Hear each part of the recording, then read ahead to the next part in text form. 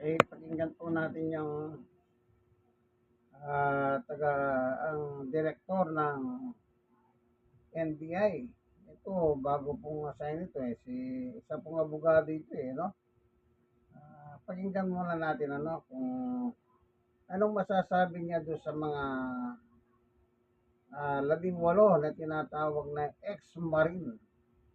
Sabi nga ng iba, mga marites lang yan. Siyempre, sige na, pakinggan na po natin yung si Director Attorney Matibag ng NBI. Bagong assign po yan ni Pangulong Bongbong. Tinitingnan natin lahat ng anggulo nung 18 Marines at bakit po lumabas na ganon at may mga personalidad na binanggit. Pero let me caution you na hindi ibig sabihin yung mga binanggit na tao, hindi rin namin ipapatawan. Kung mapatunayan namin na yung direksyon ay papunta sa kanila na kailangan silang tawagin para magpaliwanag kay tatawagin po namin. Director, mga ilan kaya ex-marines ang na-expect natin na dadali po kasi? Well, depende po kasi lumalabas na yun ang handler talaga ng allegedly ex-marine.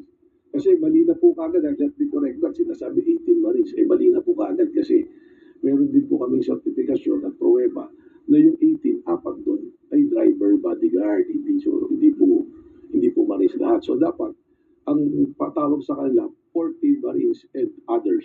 Di ba? Dapat ganon. Lumalabas po kasi. So, nililiwanag 4 driver lang pala yun.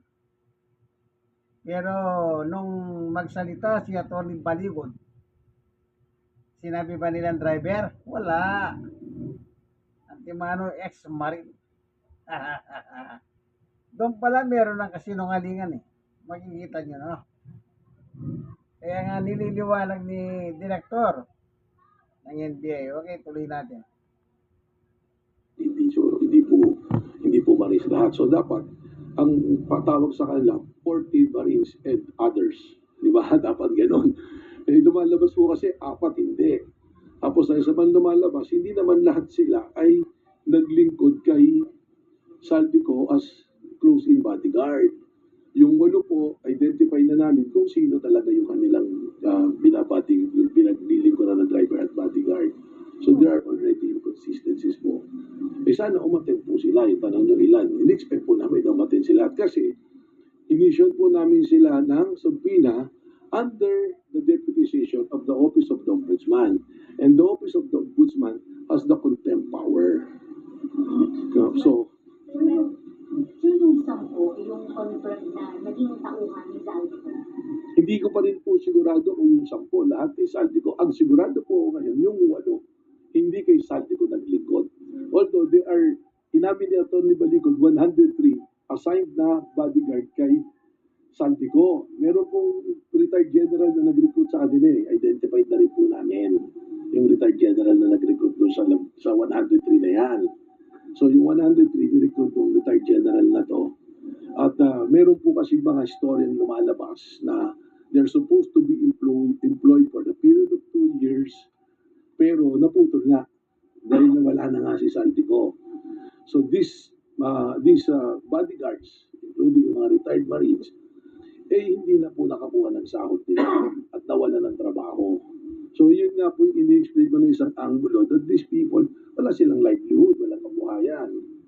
So parang baka mamaya vitiated yung consent nila sa paggawa ng mga salaysay dahil kailangan nila ng kabayaran or baka mamaya meron din sinisiguro natin na walang panunuhan, walang pananakot doon sa pagbibigay nila ng kanilang testimonya, ng kanilang affidavit. So ano yung magiging walang sisipot sa kanila? Well, we will coordinate with the Office of the Ombudsman because we are deputized. So we will probably recommend na baka kailangan ma-exercise yung contempt power or probably we will determine pagpadala ulit kami ng panibagong subpoena. Ang problema nga, hindi na natin alam kung saan nagpunta. Although the address given is the address of the Office of Atty. Baligod. Kasama po sa subpoena siya? Kasama po. Kasi siya po yung nagsalita. Pero ilang sa kanila lahat binigyan? Lahat? Bali yung 18, tapos parang 25 po. pero meron pa po kaming mga edition ng subpoena for Friday. Yung 26. pang defense for justice, Kasama po. nakapagpunta tayo ng Wala pa po, no official. So malalaman po natin bukas. Opo. wala pa tayo napaparamdam, sir, na parang Meron na nga si Attorney Pascual tsaka yung isa na nag-confirm na sa kanya naka-assign yung 8. Kaya po alam na namin na yung 8 eh. Please pardon me for that kasi nasa process kami ng investigation. We will eventually lalabas din namin kasi baka there are security reasons that we have to provide to sa tao rin eh. pero ilan po important sir, 25 po. Plus another one on Friday. Another one. yung possible na ipa-contempt, bibilin yung NBI sa ombudsman, ano? Sa ombudsman po, or we can also go to court because under the rules of court, meron pagka may subpoena power ka, we can go to court to request for a contempt for those persons who did not submit to the subpoena. Kung hindi sinesecure si Zaldico, sino po yung sinesecure ng iba? Marami po eh. Yun po yung inaalam namin, pero konfirmado po yung isa, may 8 naka-assign sa kanya. Sir, so clarify, confirm na pupunta yung nakaka-assign na yun, yung personality na yun. Na-interview na po namin kung Biyernes, nag-voluntary, upon receiving the subpoena nung Thursday, nag-voluntary na po na pupunta. Kasi sinabi, yun po yung tama. Kung meron kang subpoena, hindi ka naman natatakot, wala kang tinatago sa batas, mas maigi po na pupunta ka ng kusa. Kasi we have the professional agents to investigate them. Meron din po kaming technologies to test yung truthfulness ng sinasabi nila. If they be willing to submit themselves to polygraph test, meron po kami naka-ready din dyan sa forensics namin. So madali po kasi ang sa akin lang, pakiusap ko lang nga po sa tao, sana wag mo nang paghusgahan na magkaroon na kagad ng sites because ang commitment po ng NBI, we will do it very professional and very transparent. Kung may mga bagay po kaming hindi namin mabanggit pa sa inyo, because we are very careful na kailangan protection din namin po yung mga involved na tao. Director, kailangan po ba yung 18 Marines ang pumunta isa-isa or pwede sila i-represent ni Atty. Balito? Ano po, mas maganda sila po. Kailangan po na sila yung sinumpinan. Bakit po? Sabi ko nga, kailangan i-test natin yung statement nila. Napakahirap nga po nito kasi yung isang pinagsamang sinumpang salaysay, 18 yung nagsasalaysay. So, dapat po siguro isa-isa. Kasi hindi naman pwede yung recollection ng isa, yun din yung recollection mo. Pag sinabi pong affidavit, sinumpang salaysay, that is your personal recollection of what you did. Kung ano yung nalalaman mo sa nangyayari. So, dapat po, ikaw yung magsabi mismo, ano bang participation mo? Ako nagbitbit nito. Kasi binabasa natin yung salaysay, parang nangyayari tuloy, parang may mga hearsay na lumalabas. Ano po? So, para hindi maging hearsay, it should be a personal account mo. Ano yung naalala mo, anong ginawa mo? Ako nagbuhat nito. Ako yung nag-drive nito na ganito. So, Ano bang sinasabi na nag-confirm na napupunta po? Kasama po yung 100 wala pong nagko-confirm pa sa amin na pupunta. Ang sinasabi ko po, meron lang pumunta nung Biyernes. Baka po mamiskot na naman tayo rito. Nung Biyernes, na siya yung nagsabi na yung 8 sa kanya naka-assign. Basta ano po, para tayo nitong nagpipirihenyo ha.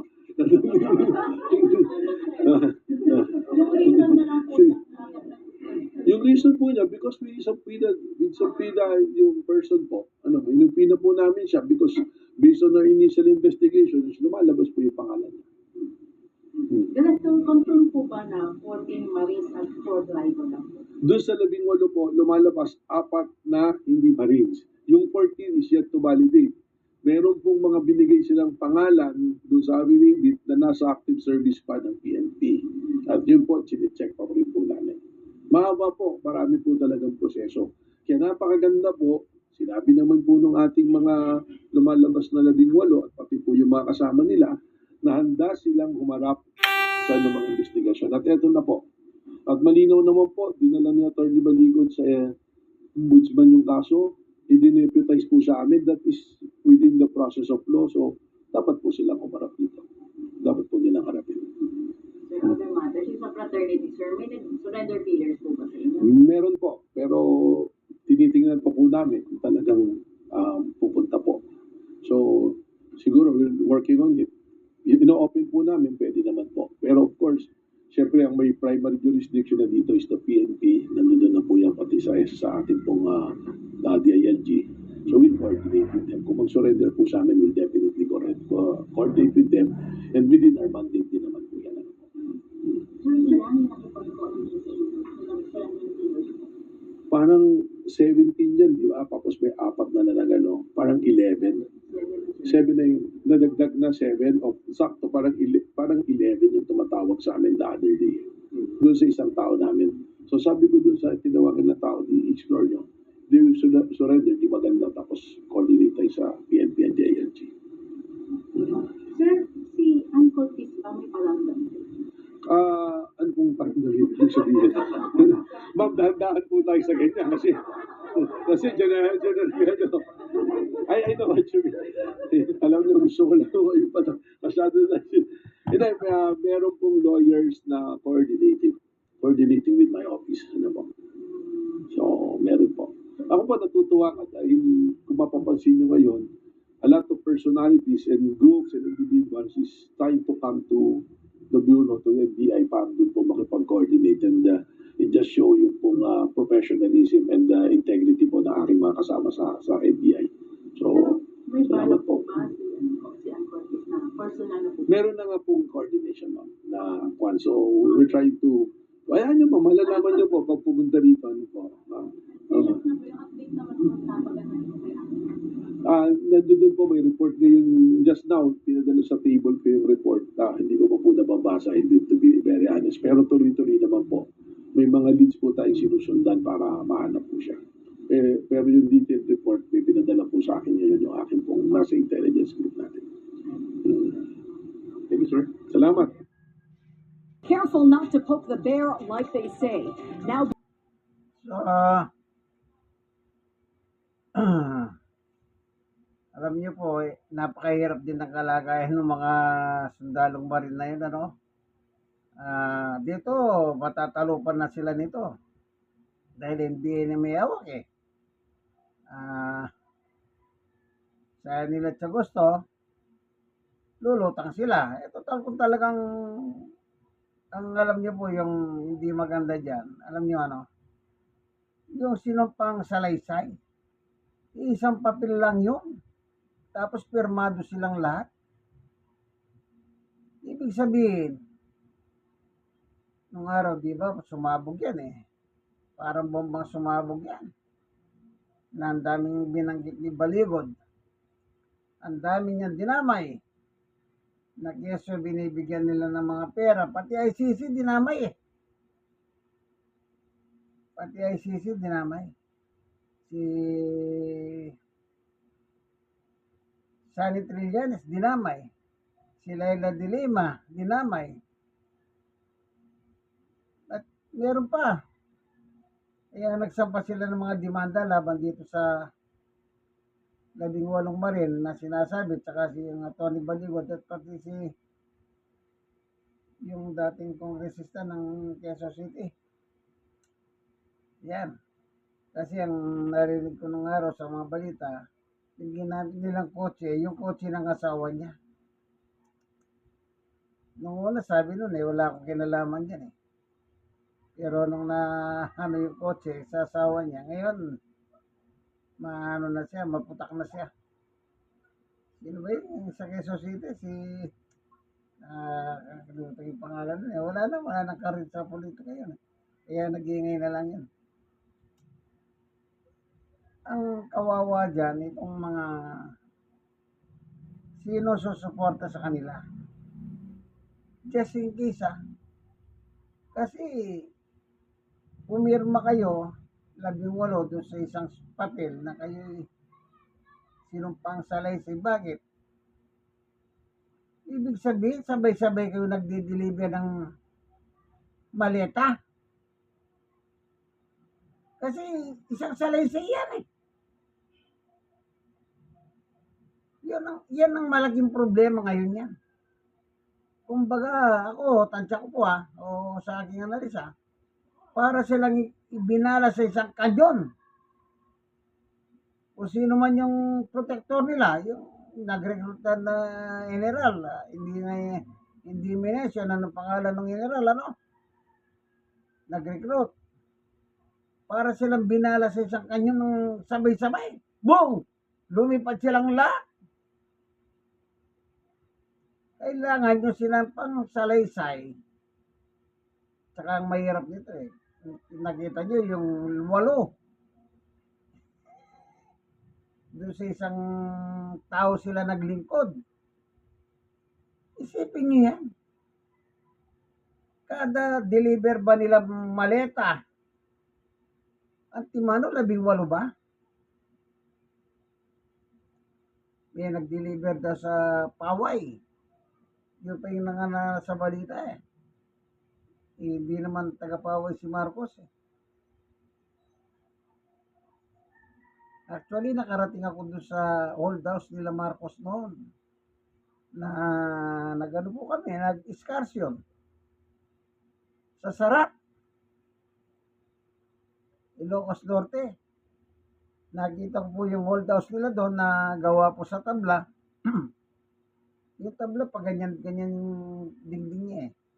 Yung malalapad na tabla. Yung 16 ang kapal.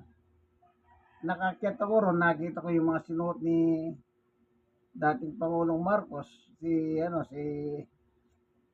matandang Marcos, kasi yung batang Marcos na nakaupo eh. Yung mga sinuot niyang mga barong noon, nandun ang dami. Pinakikita nila, parang naging museum na lang yung museum. Yung tahanan ni dating Pangulong Marcos sa may Sarat. Ngayon, doon sa likod, yung libingan ng kanyang nanay. Sa likod ng bahay. Nakarating din ako ron eh. Ngayon, yung nakasalamin yun, air condition yun. Kaya hindi nagnas yung nanay ni dating Marcos sa presidente. Makikita mo meron salamin ganun eh, nakikita mo siya. Hindi nagnas yung mukha niya kasi aircon yun eh. Yun. Yun talaga nakita ko yun. At may mga picture pa ako to, kanya lang yung mga picture nawala na po eh. Matagal na kasi yun eh, na 1980s pa yun. Nung makarating ako ron. Nag-excursion po kami. Yan. Kaya hindi po taga-Paway yan. Kaya nakarating din kami ng Paway nung excursion namin, nung touring kami sa Paway nun. Kaya yun, isang problema pa yun na kakaharapin ni Balikod. Nag-deliver daw sa Paway, hindi naman taga-Paway si Bongbong Marcos. Itong ba presidente ngayon, Ewan ko kung ano ang kanilang intensyon.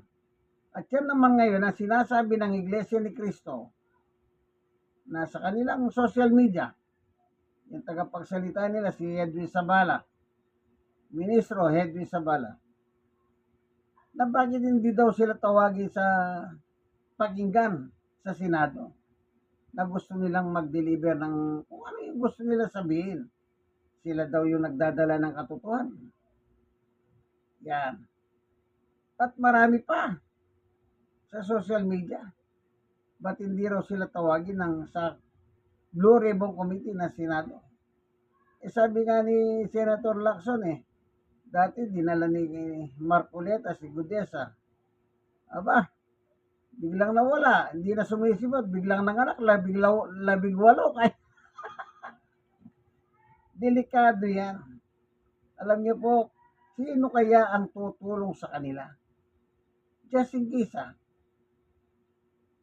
Kasi meron silang mga nilabag na batas Yun lang, sinumpang salaysay, 18 pirmado sa isang papel. Paano yun? Kaya nung ini-interview pala sila sa television nung araw, napanood natin yan Nang tinatanong sila, wala silang may sagot. Si Baligod lang ang langat na sumasagot. Ibig sabihin, doon palang makita mo na, mga marites lang sila. At ang masakit, hindi pala lahat marines yun. Yung palang hapat, ang sabi ng NBI, ni Director, driver pala yun. Pero minimension nila, puro 18 marines. o Marites. Paano kaya yan? Kawawa naman sila. Kung sakaling may demanda sila, sa bagay, di natin alam, baka may lihim na nung nakaraan may mga sumabog yung pangalan ng asawa ni kayo naman siguro na napapanood yun. Sumuka siya. Pinangalanan niya yung party-party ng pera. Baka hindi kaya yun ang tutulok just in case na makasuhan sila sa NBI. Siyempre, hindi pa pala nila nakuha yung basweldo nila kay Saldico. Nasaan ba si Saldico? Hindi mo magilap nagtatago yun Wanted nga sa Pilipinas, ayaw umuwi. Paano niya susweldo pa yun? Mukhang meron pa raw din silang hindi nakuha sweldo, sabi ni Director. Hindi natin alam kung anong intensyon nila. Pati si Marcoleta, sinasabi niya sa Senado, bakit hindi raw sila ipatawag? Kaya nagkakainitan sila ni Senator Lacson sa Blue Ribbon Committee. Sige, pabayan natin. Kung ano man po yung layunin nila, God knows. Kung ang layunin nila ay pabagsakin ng gobyerno, ito, tandaan nyo pa, babasahin akong Biblia. Dapat sinumpaan sa laysay, kanya-kanya. Susumpa ka Pagkatapos nakanotaryo pa. Dapat yung sinumpa mo sa laysay, sa'yo lang yun. Kung anong ginawa mo. Paano yan? Kaya dyan makikita mo, yung mga Marites lang pala ito. Magbabasa tayo. Dito sa Roma, chapter 13, verse 1, sabi ni Apostol Pablo, ang bawat tao dapat pasakop sa mga pinuno ng pamahalaan, sapagkat walang pamahalaan hindi mula sa Diyos. At ang Diyos ang nagtatag ng mga pamalahang umihiralo. Diyos pala. Bawat tao pasakop sa mga pinuno ng pamahalaan. Sino ba presidente? Si Marcos. Dapat sumuko kayo. Lahat ng tao sa pamahalaan. Sumunod, ibig sabihin, igalang natin ang konstitusyon. Sundin natin ang konstitusyon. Dos, kaya nga, ang lumalaban sa pamahalaan, lumalaban sa itinalaga ng Diyos. Yun, ito na yung mahirap At sila nararapat sa parusa. Kung ang intensyon nila wasagin ng gobyerno, kasi sinabay nila yung hearing doon sa ICC, the Netherlands. Yung mga sinampang kaso ng prosecutor doon. Nag-isabay sila dito Lagot sila. So maliwanag po sabi ni Pablo, kung nilalabanan mo ang gobyerno, dapat ang parusa. Sa bagay, imbestigan muna sila, hindi naman sila guilty pa Alam nyo naman dito sa Pilipinas, may mga proseso yan sa kanilang ginawa. Kaya yung minsan meron kang nabasa, pinadidisbar nila si Baligod. Yan. Pinadidisbar. Delikado yan. Mali-mali Sabi nga, yung script niya, pabago-bago. Yung pati mga didap, sabi na, paper bag, pero may pera yun. Pinagbinta nga si Laila de Lima na paper bag. At si Antonio Trillanes ng 2 billion. Oo, 2 billion. Na kinasouth nila, pinalit na lang Philippine money. So, kung yung pera Philippine money, pinalit ng dollar para ibigay daw sa mga taga-ICC. Noon, nagpunta sila rito. Marami silang pananagutan sa batas niya. Yan lahat niya, sinabi nila yan Kaya yung ebidensya na yun. Yung mga sinabi nila, ebidensya na yun. Tignan nyo si Digong. Si Digong, ang kalaban niya, yung sarili niya. Yung lahat na sinabi ni Digong, pinalabas nila sa ICC yun, ng mga prosecutor. Oh, kaya yung kanyang abogado, si Kapman, hindi niya matibag-tibag yung mga prosecutor. Kasi titibagin mo Duterte versus Duterte. Wala. Kaya walang nagawa si Kapman. Yun lang, meron pala siya nagawa. Nagkamal siya ng pera. 150,000. Ayun, milyon. Tama. Milyon pa. Isipin nyo yan. Isang taon na. Isipin nyo, kwentahin nyo. Kaya milyonaryo na si Kapman ngayon. Siya yung kumita. Yung kliyente niya, wala siyang ginawa kundi gusto umuwi na lang. Hindi. Paano naman yung pinatay at pinagpapatay? Paano naman yung hustisya sa mga tao na yan na maliliit?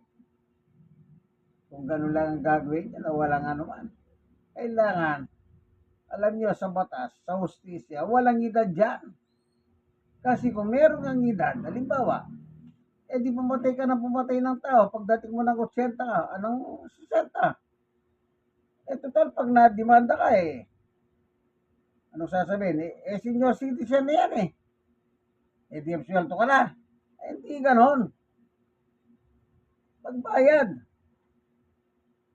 Yung kay Imelda nung araw, nagbayad siya? Hindi. Pero meron ba siyang asunto? Meron. Inatulas siya ng 3 beses na magnanakaw. Kanya lang, hindi na siya inaresto ni Duterte kasi for humanitarian reason. Kasi isang gandikit yan No. Kaya sa ganyan, hindi pwede yung matanda na raw. Paano yung pinatay niya? Paano yung winalan niya ng buhay ng mga pamilya? Masarap nga ang buhay dito sa Pilipinas. Yung nakakulong na 80, tignan niyo yung pagkain nila, magpunta kayo. Doon, kompleto doon, may doktor, may nurse, masarap ang chicha doon. Yun hindi sinasabi ni Duterte Guaro. Gusto ko makarating doon kasi masarap ang pagkain doon, sabi niya. Saan yun?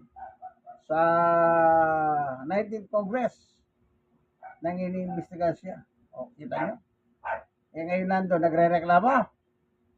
Sabi, pagtatadyakan ko pa yan Wala pa nga siya natadyak, 1 taon na siya ron Masakit, pinagpamisa. Dahil 1 year na pinagpamisa doon sa Davao. Matiyan ng Davao si Sara. Siya siguro nagpamisa. Siyempre, pag ganyan, alam niyo na yan. Kanino mo siya itatawag? Sa Diyos na kanyang tinawag na estupido? Tinawag ni Duterte, ni matandang Duterte ang Diyos na estupido. Si Jesus naman, sabi niya, Diyos niya, pinako sa krus, tangina. Minumura pa. Minura pa yung Santo Papa ng Katoliko, si Pope Francis. Minura pa yung Amerika, si Barack Obama. Nagpapayo lang si Barack Obama. Minura niya pa. Napakawalang yan, Matanda na. Walang niya pa rin ang pag-uugali. Ewan ko ba, ang dami sumasamba dyan. Hindi naman niya napatino ang Pilipinas bakit? Doon ka sa Davao, bagsakan ng droga yun Sana manalinis yan talaga. Hindi Marami rin droga dyan. Naalala ko ni si Maruas na tumatakbo sila. Gusto mo, magpapili ko ng droga sa Davao sabi niya. Kita nyo. Paano nalinis yung Davao sa droga? Wala. Kunwari lang, drugs, pinagpapatay. Sabi nung dating DDS na star witness ng ICC Kaya pinagpapatay yung ibang drug dealer. Siya na lang pala yung namumuno sa droga. Hindi ba yung kay Pulong at saka kay Mascardio na binulgar nila? Yung pinalusot sa book. Ilang bilyon yun? Yung metal detector. Nang makita nila yung bakal, wala na, bukas na, wala na laman. Bakal na lang. sa Dasmariñas, Cavite. Sige, hanggang dito na lamang na sana sa eleksyon na yan, gamitin niyo yung utak ninyo.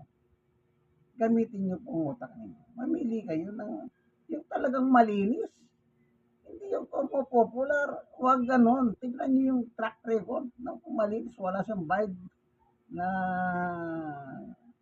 pagnanakaw ng pera ng taong bayan. O naman.